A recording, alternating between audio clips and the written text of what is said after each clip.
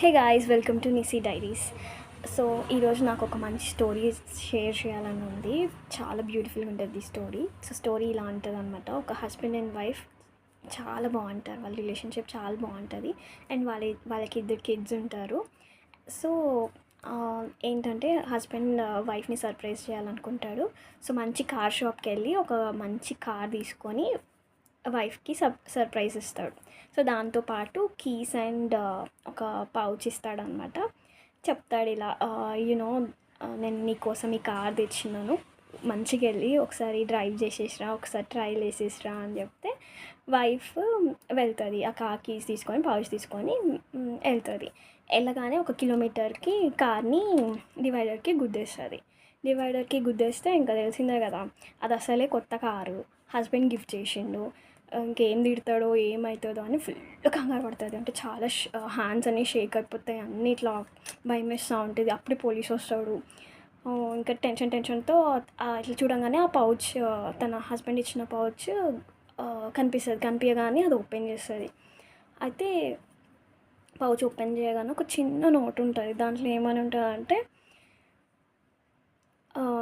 It's not the car, it's you that is important అని చెప్తాడనమాట. Those words అసలు ఆ సిచ్యువేషన్లో అలా తెరవగానే కోట్ అంటే అందులో ఏముంటుందంటే బేసికలీ, నాకు కార్ కాదు ఇంపార్టెంట్, నాకు నువ్వు ఇంపార్టెంట్ అని చెప్పి రాసి పెడతాడు అనమాట. ఆ టెన్షన్లో బాగా అనిపిస్తుంది కదా అది. అప్పుడు ఇంకా భయం పోతుంది ఆబ్వియస్గా. సో నిజంగా కూడా వరల్డ్లో మనకి థింగ్స్ ఇంపార్టెంట్ అనుకోకూడదు అండ్ అవ్వకూడదు. మనుషులు ఇంపార్టెంట్ మనకి. So please give value to people. ఎవరైనా సరే వాళ్ళ ఎగ్జిస్టెన్స్కి ఒక వాల్యూ ఇవ్వండి. ఫోన్లు చూసుకుంటా గడపకండి.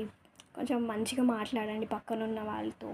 ట్రిప్స్కి వెళ్తుంటే పక్కనున్న వాళ్ళతో మాట్లాడండి, ఫోన్లో స్పెండ్ చేయకుండా. థింగ్స్కి వాల్యూ ఇవ్వడం ఆపేయండి. సో అదనమాట స్టోరీ.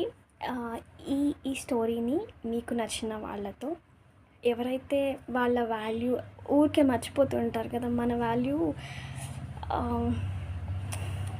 సో ఎవరికి వాళ్ళ వాల్యూ తెలియదు కదా, అట్లా ఊరికే మర్చిపోతుంటారు కదా, వాళ్ళకి షేర్ చేయండి. వాళ్ళు చాలా వాల్యుబుల్ అని గుర్తు చేయండి. Okay, this is the story. Bye bye.